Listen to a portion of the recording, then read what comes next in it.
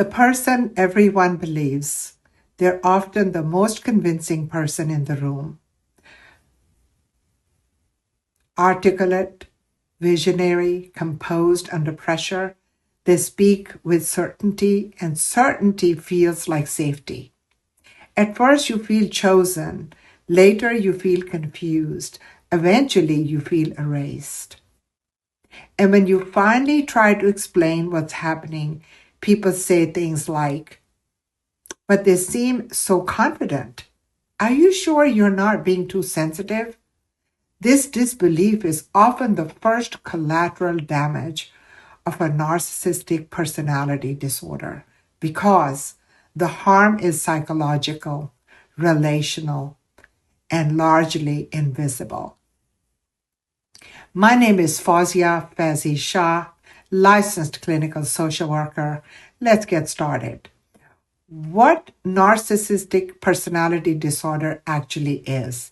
Narcissistic personality disorder, as defined in the DSM-5, is a pervasive and inflexible personality organization, not a mood, not a phase, and not a character flaw. Clinically, it involves grandiosity, overt or covert, persistent need for admiration, impaired affective empathy, interpersonal exploitiveness, entitlement, superiority, fantasies, and a fragile, unstable self-esteem that requires constant external regulation.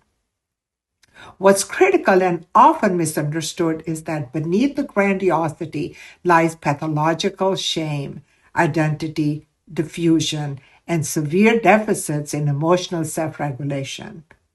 This is not a disorder of too much self-love. It's a disorder of not having a cohesive self at all. So some of the patterns and the processes in the psychological architecture. Developmental roots. Research in attachment theory and object relations suggests many individuals with NPD grew up in environments marked by conditional approval, emotional neglect or intrusion, role reversal being used to meet a caregiver's emotional needs, role reversal, or inconsistent attunement. And as a result, the developing psyche learns one thing early. Authenticity is unsafe. Performance is survival.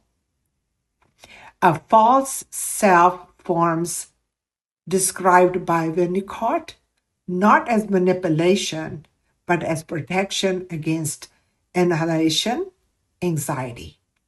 The false self system.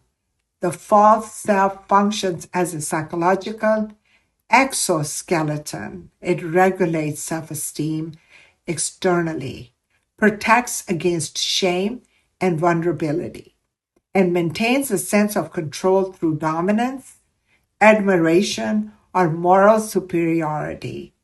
Because the true self was never securely mirrored, it remains undeveloped, fragmented, and inaccessible.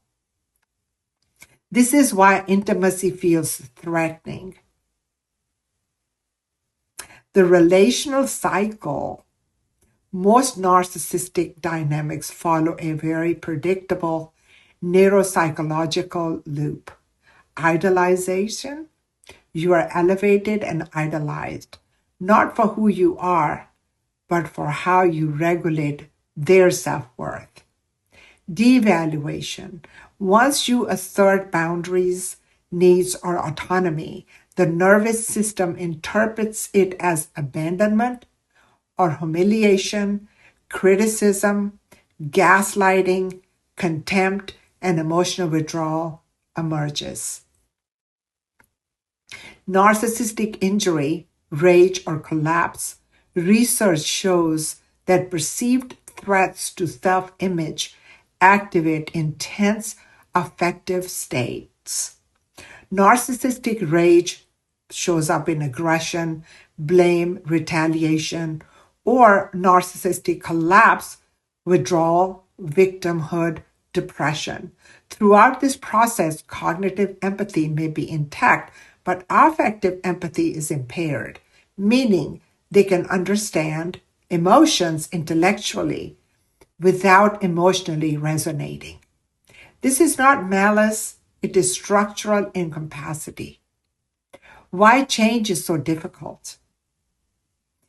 Well, the studies indicate that NPD has low treatment retention, high defensiveness in therapy, strong resistance to insight-oriented work unless the false self begins to fail.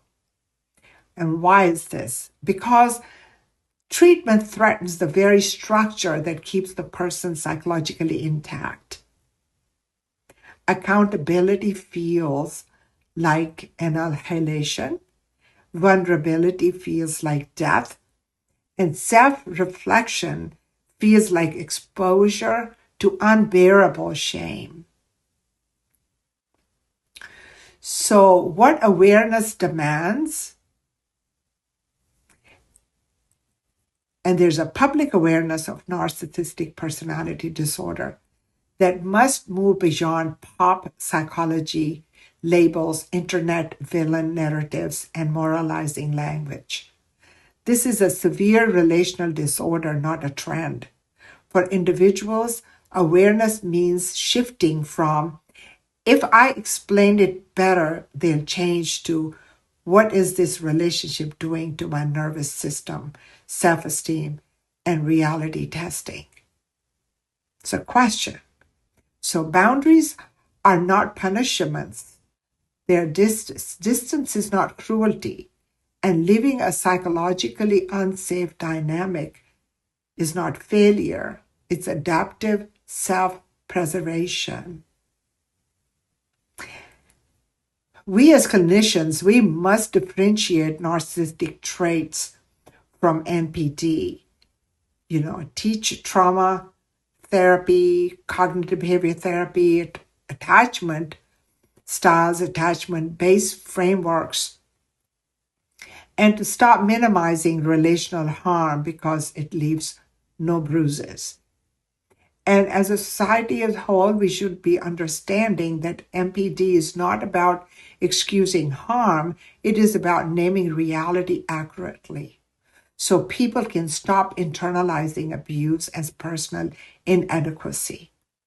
Because healing does not begin with changing the narcissist. This is very true. It begins when we stop asking, why aren't I enough? And start asking, what kind of psychological structure am I interacting with? That shift from confusion to clarity is where recovery starts. Yes. If this video has resonated with you and you liked it, please subscribe to my channel, hit the like button, and leave a comment for me below so I can know what exactly you're looking for from these videos.